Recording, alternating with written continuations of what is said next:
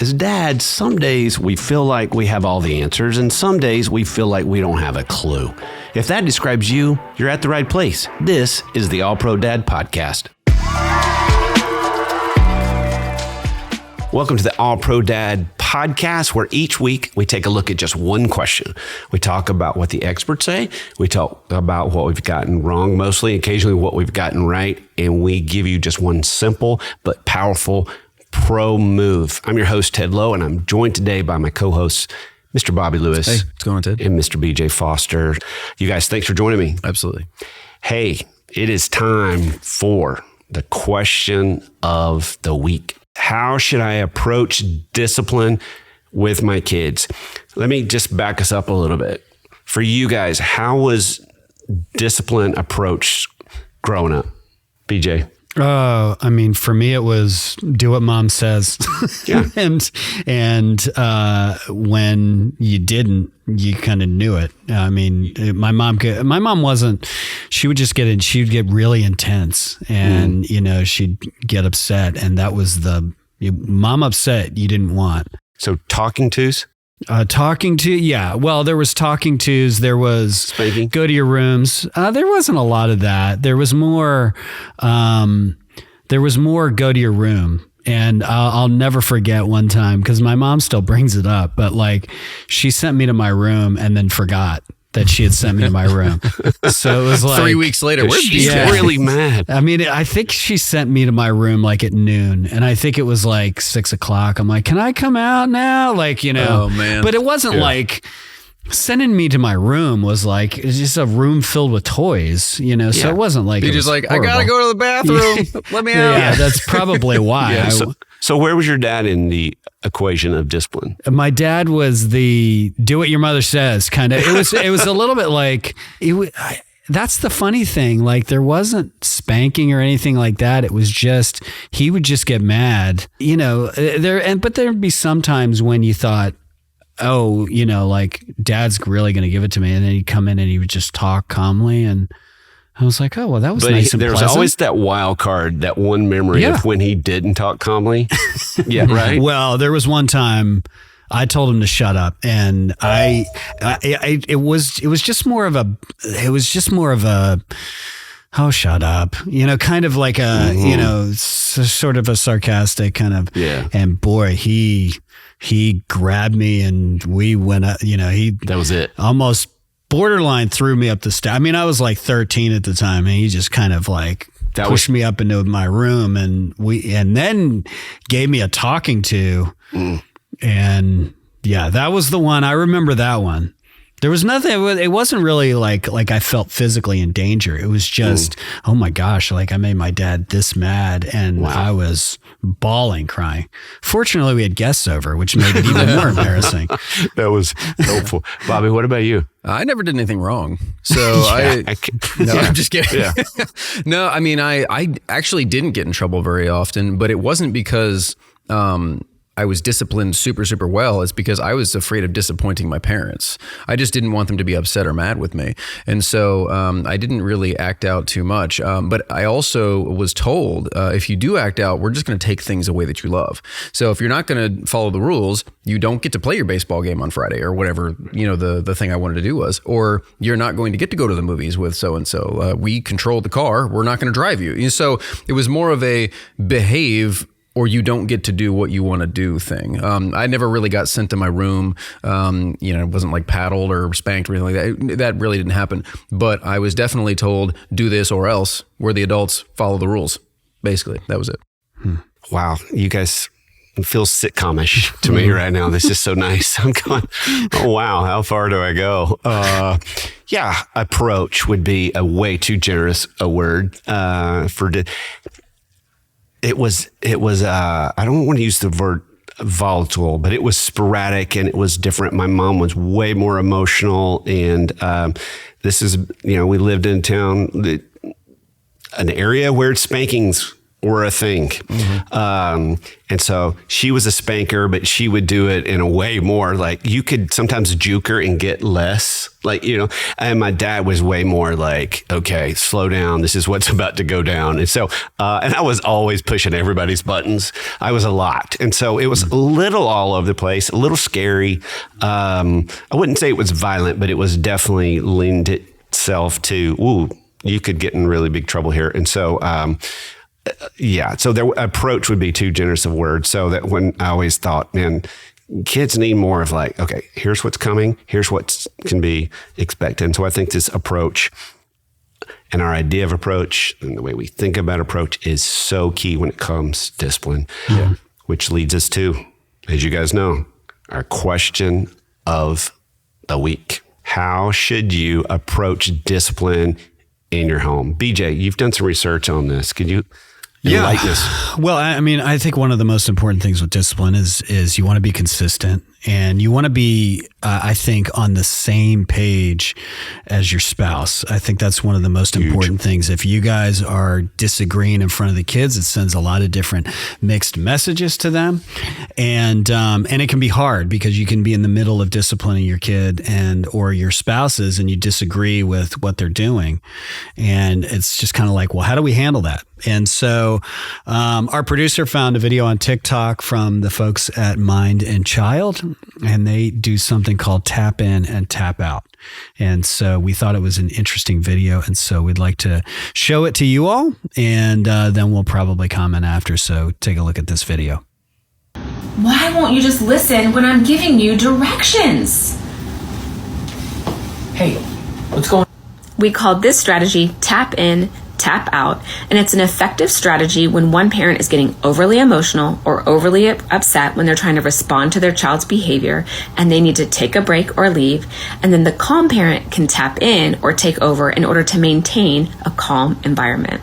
There are a few key principles which make this effective. The first is that both parents agree on a nonverbal signal that their children don't know about. The second is that they both agree that if they receive the nonverbal signal, that they will not take it personally and they will not get upset at the other parent. And third, the parent who is tapping in promises to maintain that calm attitude. Otherwise, it's not effective. Okay, so a couple things that I see with this that I think is absolutely great. So number one, immediately it's you're presenting united front to the kids. You've got one parent that is getting really upset, which happens in our house quite a bit. And in our house, it's handled very, a lot of times it's handled differently. The kids make my wife upset and I get more upset than my wife. And I come in and I'm like, what are you doing? What are you doing to her? And so I love in this one that you have a parent kind of coming in. There's no verbal. It's just kind of tapping in and out. The kid's done. And the other parent is able to kind of come in and calmly communicate to the kids what happens. So there's a lot of emotional regulation that happens there. You're able to keep it calm. The kids are probably able to hear what needs to be done, how their behavior needs to change. If you're just invoking fear and that kind of thing, then they're probably not going to hear you as much. So it kind of helps with that. It de-escalates the conflict that's happening, the situation that's happening, and it promotes teamwork and calm. Yeah, and if you were watching on YouTube, you saw the video. If you were just listening on whatever podcast app you like to listen to, basically the mom was having a heated conversation with the child, and dad came up from behind and just gently touched her shoulder, didn't make it obvious or anything, just like you would probably normally do in just, day-to-day interactions. But it was a nonverbal cue from one spouse to the other, from one parent to say, okay, you've had enough. Slide back, I'll slide in, and I will bring a new calm approach. So do you think that would work? Is there a subtle move you could do in your house that this would kind of help you in your parenting? Yeah, I think so. To backtrack a little bit on, BJ's comment, I think for me, wanting to be a great husband. In fact, our kids will laugh because I work in the marriage space that dad's a professional husband, and so if I ever respond in a certain way toward them based on how they treated my wife, well, dad is a professional husband. And so that's a joke, of course. But I think for me, I had this value, and I still do, that I wanted my kids to always respect their mother. But what would end up happening, I would come in and take no prisoners. And I used to kind of say that in a proud way, you know, hey, I take no prisoners. When my wife, and what would end up happening, she would be experiencing something with them, and I would do the opposite of the tap in. I would tap in all right, and I would tap in, ask no questions, and actually make the situation worse, not only for my kids, but for my wife. And so I had to learn that, hey, I can protect her and I can champion her with our kids, but getting more angry with our kids was not the way to go. And so I love this. And when our daughter started getting really anxious and we were going, more than ever, we have to stay calm. And I'm an impassioned guy, which is, the good news is I'm an impassioned guy. Bad news is I'm an impassioned guy. And so this was more of a for me thing. And so we came up with the slide of the eye. And my wife will just, you know, it's a slight look, like eyebrow goes down. And I know that means, Ted, you need to be done here. Mark and Susan, who are the founders of Family First, she said that she used to say to Mark, hey, Mark, do you need a glass of water? That was their tap in, tap out. So I love this. I think as long as the one, and she said this, the one that's tapping in is not bringing more angst to the situation. What about you guys? Yeah. Can you see this working at your house? I could see it working. I mean, it's, you know, I think I was trying to envision my wife coming up and tapping my shoulder, and I'm not done yet. Yeah. You know, the woman in this video she gets tapped out and she just immediately calmly turns and walks away. And in the intensity, or I kind of wonder what would happen tapping my wife. You know, you definitely have to have that rule of you can't get mad and you have to go, because the reality is there could be a time when you feel like you're in control emotionally. You're not getting over emotion. Like you might feel like I'm fine and I'm communicating this well and I'm communicating what I want to communicate, and you get tapped. You're like, wait, oh, that's a good point. And then they come in and they do something different. And that might be a conversation later. It's like, you know, so, you do have to have those rules. You have to have a lot of trust for this to you know, that you guys are on the same page, and that, look, I will let her handle it and she'll handle it great. Yeah. I'm fine. If you're not sure of that, that could be really hard. Well, I've gotten the eye of like, you need to chill out. And I totally ignored the eye because I'm on my game. And so I think, it takes a lot of humility is the word that keeps popping up to me, to say, wow, we've agreed on this. And while I may even feel in control, she's saying, well, your tone would say otherwise. And so I love this. I just think it's a dance. Well, and here's the thing, you get tapped out. Yeah. Can you tap back in? If she's getting taken down, you darn right. I'm back in. I'm going to slight an eye. Yeah. She tapped me out, but you know what? I need to tap back in, or all right, you know, it's all those things I guess you need to discuss. Yeah, for sure. Yeah, the biggest area where discipline comes into play in our home is with school, because we homeschool. Like my wife does 99.5% of the homeschool stuff. So because of that, she gets all the barbs if the kids don't want to do school or whatever. And so just the other day, this happened where she was trying to do a reading lesson with our son. He's 4th grade. And he just didn't want to do it. He was not having it. He's like, I don't want to do reading today. I don't want to do writing today. I'm not doing it. And so I could see she was getting frustrated, and they were across the room. And so she kind of gave me the eyes. She kind of like widened her eyes and looked at me. And I knew that was the sign. It's like, I need to step in. Now we're across the room. She didn't touch me. She didn't say anything. She's tapping you in from across the room. And so I looked at my son and I said, so what's the problem today with reading? Why do you not want to read? And essentially he's like, I don't ever need to read. And so I know my son, and I knew that I could step in and say, well, what if you don't read the prescription bottle correctly and you take the wrong medicine one day? Is he a logical kid? Whoa, yeah, he's a lot. And he goes, oh. And I said, well, what if you miss your hockey game because you took the wrong exit driving on the road? And he goes, oh. And I was like, it's not just reading the school book. Your job right now is to be a student, listen to mommy. Mommy's the one in charge. And as soon as I reframed it for him, it worked, but she didn't have to do it. She tapped out. I kind of came in from the side door with a different perspective. Son heard the message, redirected his attention, reading went great the rest of the day. But I don't know if we would have gotten to that point with him had she not tapped me in for that really short 3-minute conversation, reframed it, life was great.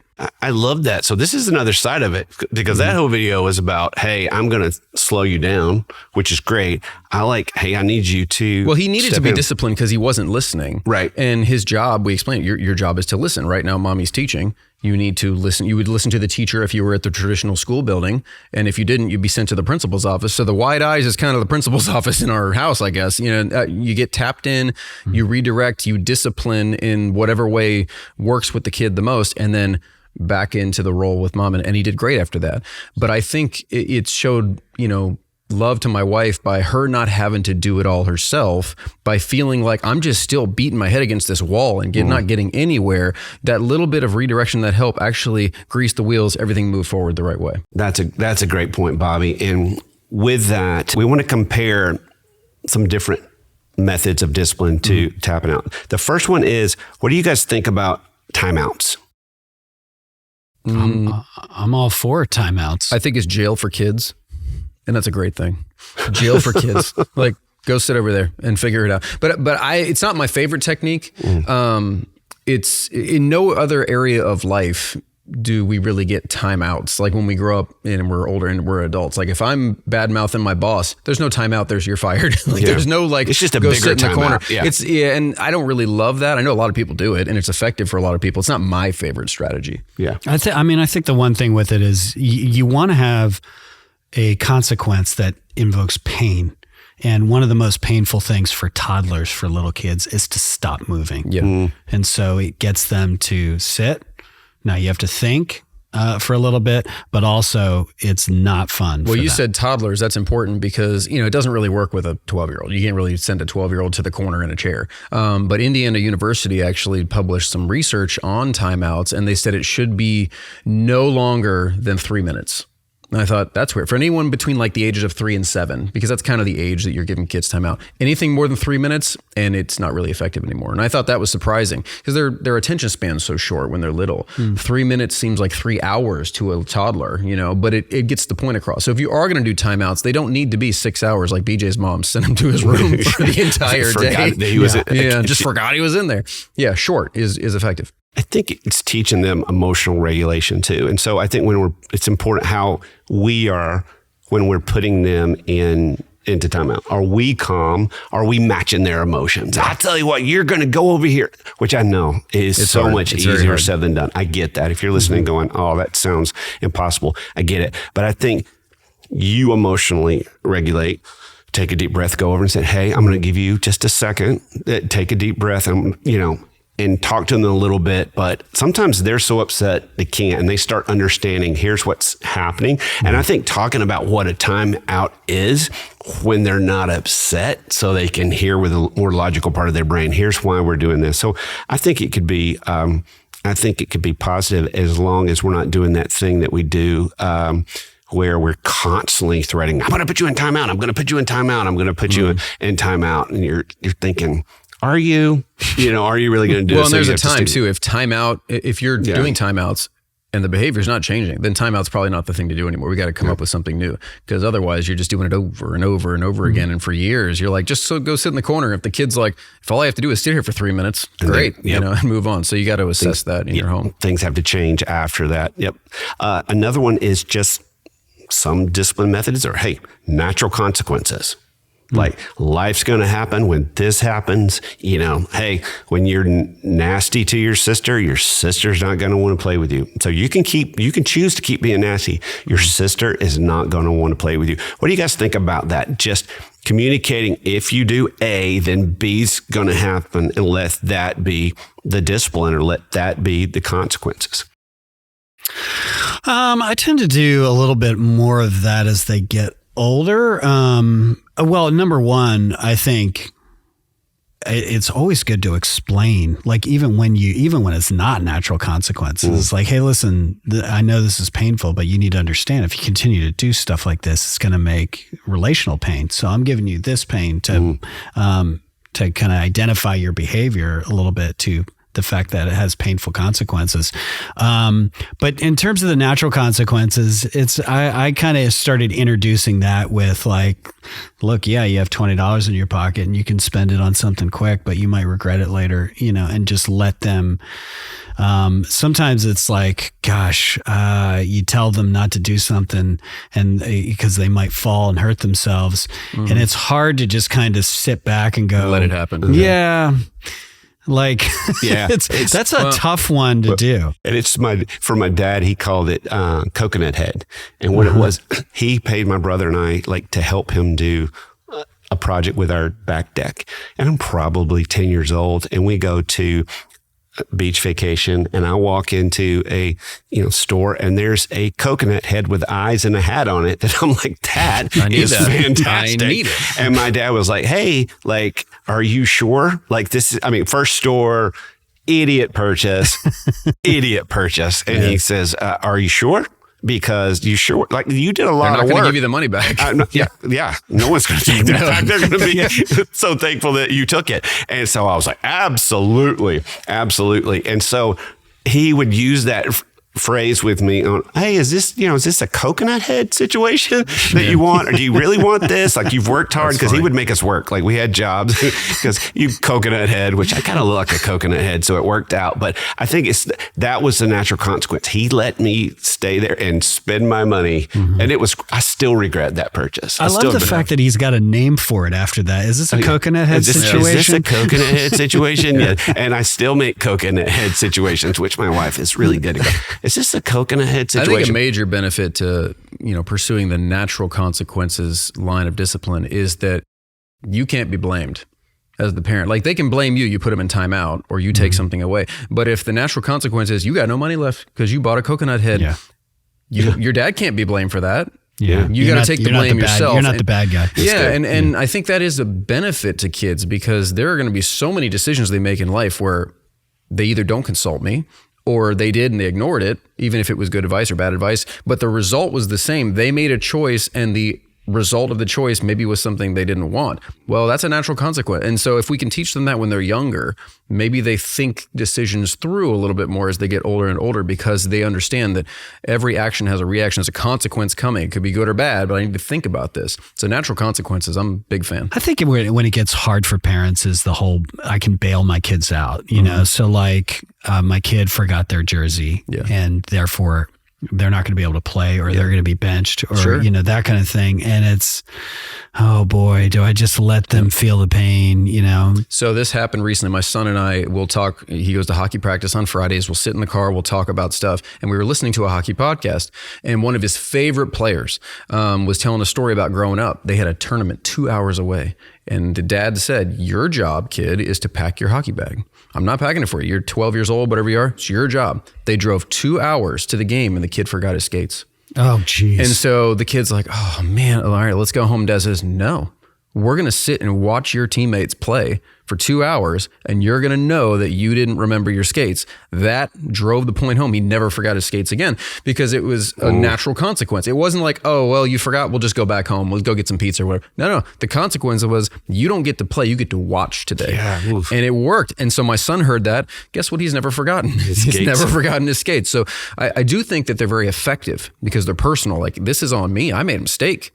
I got to live with the consequence. And I think as long as we don't partner that with shame, see, I told you, and partner it with that. I think it can be great. My wife used to tell her kids that they had one, I forgot it at home of the year. Like I'll bring this, you get one of those a year. If you forget it after that, if you get homework, lunchbox, whatever. And so I don't know if they always took advantage of that, but that was always kind of like, ugh. But I appreciated that. I thought, there's some grace there, but the same. What about positive reinforcement?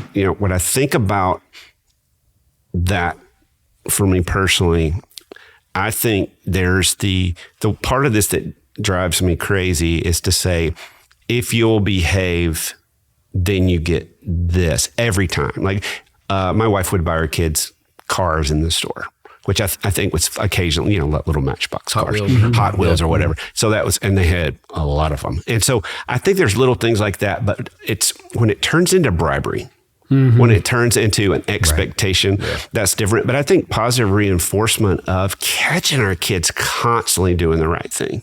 Because I feel like we've got a radar for wrong, catching them constantly going, I love that. I mean, what's rewarded is repeated. And I think the reward is just our affirmation of catching them. To me, that's the positive reinforcement that is words and a dad's guidance and good job. I feel like that is a powerful... Well, you're building connection. You build connection with your kids. When you notice that they did something well, you're like, oh, this is good. You can discipline as when they do something wrong, and you can do it in a loving way. You're building that connection. You can correct, but you got to connect with them first. Otherwise, they're just going to think, Dad's heavy-handed. Here comes the hammer. He doesn't really care about me. He just wants me to behave in a certain way. And if you jeopardize the connection just to get them to behave better, they're not going to have that connection with you that's going to make them come back to you when they have a tough decision to make or when something has gone wrong. You don't want to jeopardize your connection with your kids, even when you're disciplining. Best method, I don't do it enough. You do? Yeah. Oh, yeah. Wait, say more. I'm always looking for the thing to fix. It's easier to kind of see when things are off and to fix it. When things are going right, you just kind of smoothly kind of continue to go through it rather than stopping and going, you did this thing and boy, that was really great. Hey, thank you for doing the right thing there. Thank you. Hey, thanks for, you didn't argue with me when I told you to go do that thing. You just went and did it. My son went out on a date last night and I texted him. I just said, hey, make sure that you get all the doors, including the car door tonight. And he said, yes, sir. And with a salute kind of emoji. Oh, that's funny. And nice. I thought, what a great, I'm like, boy, that was really respectful. He could have been like, oh, Dad, stop being so old school.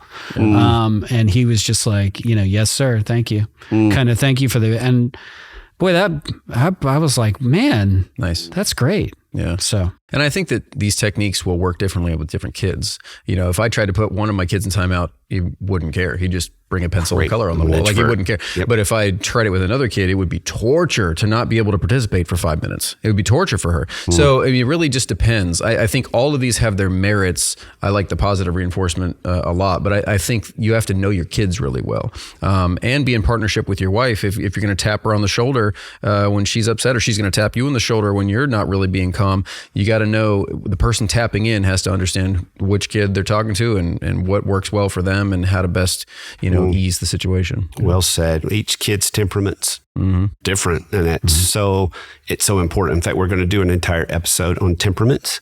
We have an expert that's coming. I'm so excited about that. But each kid is different. There's no one size fits all. But I think what we all can agree on with this tap in, tap out method is that it is, I want to be calm with my kid. If I could go back and sit down with young me, I would say, take a breath, relax, and talk in a calm way. Don't match their emotions. Just speak in a calm way. And I think how many times have you made a mistake in your life because you weren't thinking clearly, or you were angry, or you were just emotional? Twice. And Twice. Nice. It was big too. And with that, we're going to jump to our pro move of the week. Pro move of the week is to talk to your wife and say, hey, what is our tap in, tap out? Maybe that's, hey, do you need a glass of water? It's the tap on the shoulder, and talk about that and try that out and see what happens. And single dads, we know that this may be a thing for you going, I'm not there. I obviously can't do this, but I think the thing that we all can remember and we need to keep in mind, and this is a pro move for all of us, is our discipline is not just about changing or correcting behavior. It is about connecting with our kids. You guys, once again, thanks for joining me today. Absolutely. I love that. And as I always, thank you for joining us. Hey, do us a favor, and could you go and give us a rating on your favorite platform? That way people can find out more about this podcast. And if you're looking for more ways to stay on top of your dad game, you can go to allprodad.com. But most of all, we want to say thanks for listening, because we know you and your kids will be glad you did.